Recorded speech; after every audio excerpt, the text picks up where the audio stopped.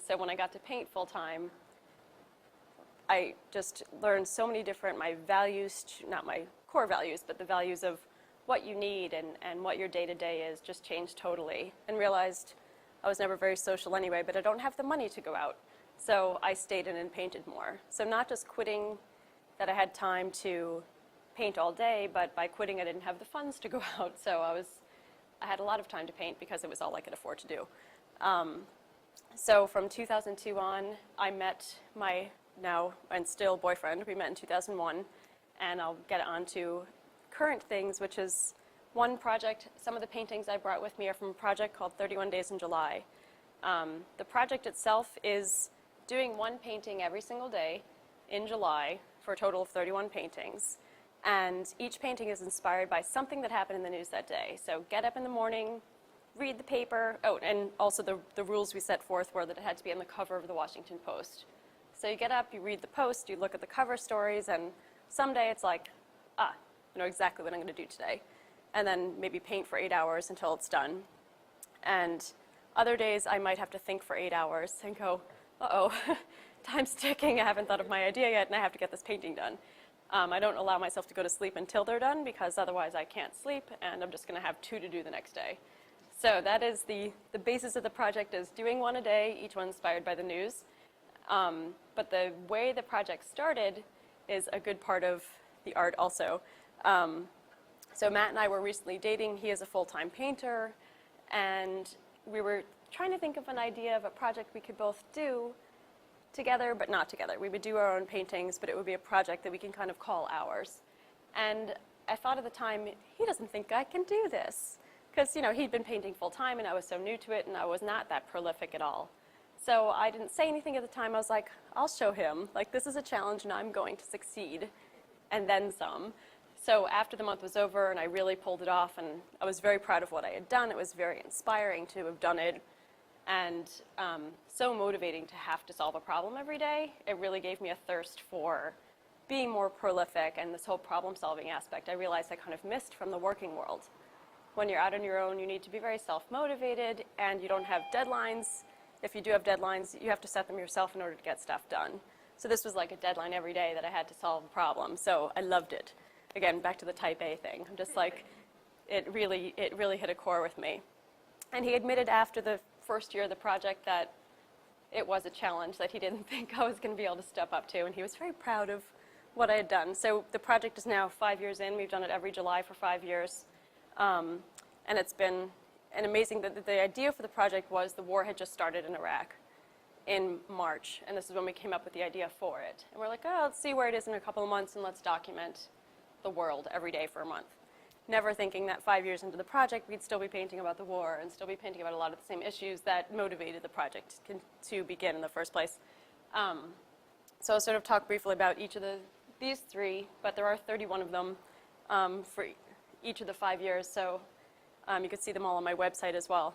This is one of the lighter days. There are some days where after, 5 days in a row of painting about people dying in Iraq and suicide bombings and the really serious stuff that goes on every day that the news doesn't always even cover, sometimes you pick the nice story.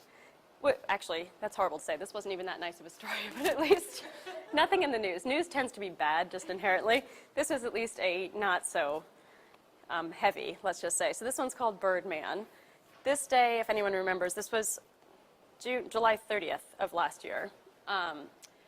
A bunch of birds turned up dead at a metro station. And of course, the first thing everyone's minds jump to, it's terrorism, birds are dying, and it turned out an exterminator had wrongfully put down some chemicals that killed a lot of birds. So of course, not a good story, sad, lots of birds died. I'm a vegetarian, I don't want anything dying, even birds. But it was a nice lighter day where I could just paint a guy, it's called Birdman, holding a bird. This one, on the flip side, is one of the heavier days. This painting is called Scrooged. This story this day was about how the US had just granted $30 billion in aid to Israel. And a lot of the news, a lot of the US news coverage tends to be very slanted toward pro-Israel and not covering the plight of the Palestinians quite as much. And in this instance, I'm thinking, okay, the Palestinians are throwing rocks, and in retaliation, bombs are being thrown. So I won't get into a whole political discussion on this, but That's where this one came from. So 30 billion in aid to the Israelis, nothing in aid to the Palestinians, and the conflict that ensues from there. And this is called War Games. The specific story this day was, oh, it's actually written on the back.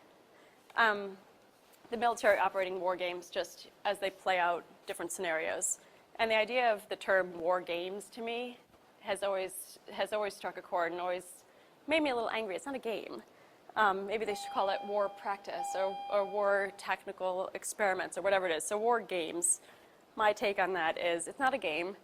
This is not child's play. So it's a little boy playing sort of cowboys and Indians and the little boy going, please don't hurt me, waving his little white flag.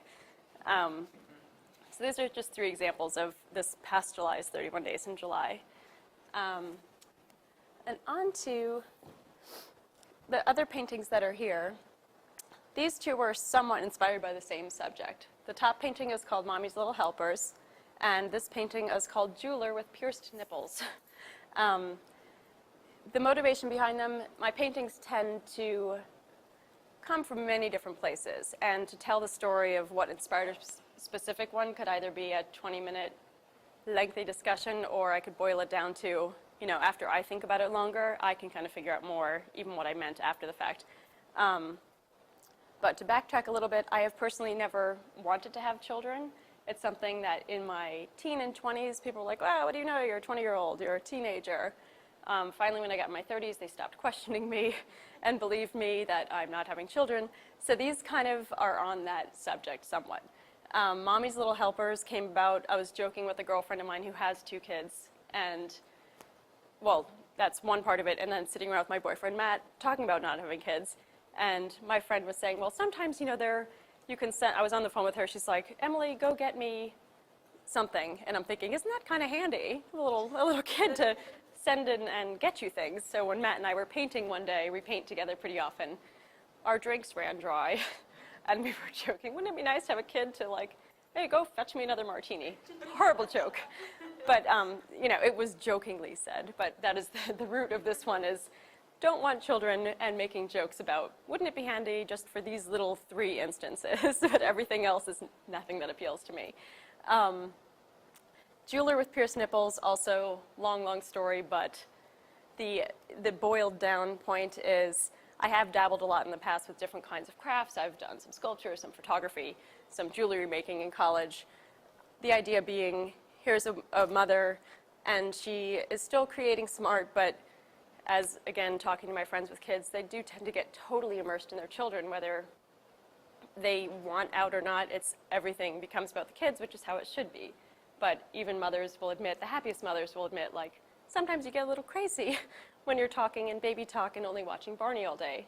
They get a little nutty in a happy way. So this is a very happy painting of a woman happily making her art still, but she's making it out of the kids' toys, the baby bottles, so that's the pierced nipples pun in the title, and the Mickey Mouse ears. So that's the boiled down synopsis of that one. To kind of move to current, a couple of other projects I'm currently working on. One is a series of paintings. I'm very into series, like I said. I like to task myself with things. I like to have purpose. And I like to give myself deadlines and projects and things to solve. So I started a project of the 10 Commandments. So I'm doing one painting for each of the 10 Commandments. This one for commandment number 2, thou shalt not worship false idols. Kind of self-explanatory. They're very tongue-in-cheek. Obviously, my religious views, well, I wouldn't say obviously, my religious views would be something up for discussion and questioning that. Please feel free to, you know, if you want me to delve farther into how and why I paint this way, that could be another 3-hour discussion. So this is one of my 10 Commandments series. I have 2 commandments left to paint still. That's where the problem solving comes in. I come up with these project ideas sometimes because of one idea. Like I was watching American Idol. I don't do it by habit, but sometimes I will watch. And Idol, American Idol, false idol, one idea led to another. The commandment came to my mind, and I thought, oh. And then I thought of another commandment and figured, oh, I have a solution for that one and this one. And I had, I think, 3 solutions out of 10 and thought, well, I'll start the series. I'll figure out the other 7. So far, so good. I'm stuck on commandment number 9. I have to still figure that one out. painted myself into a little hole, but I will figure it out very soon.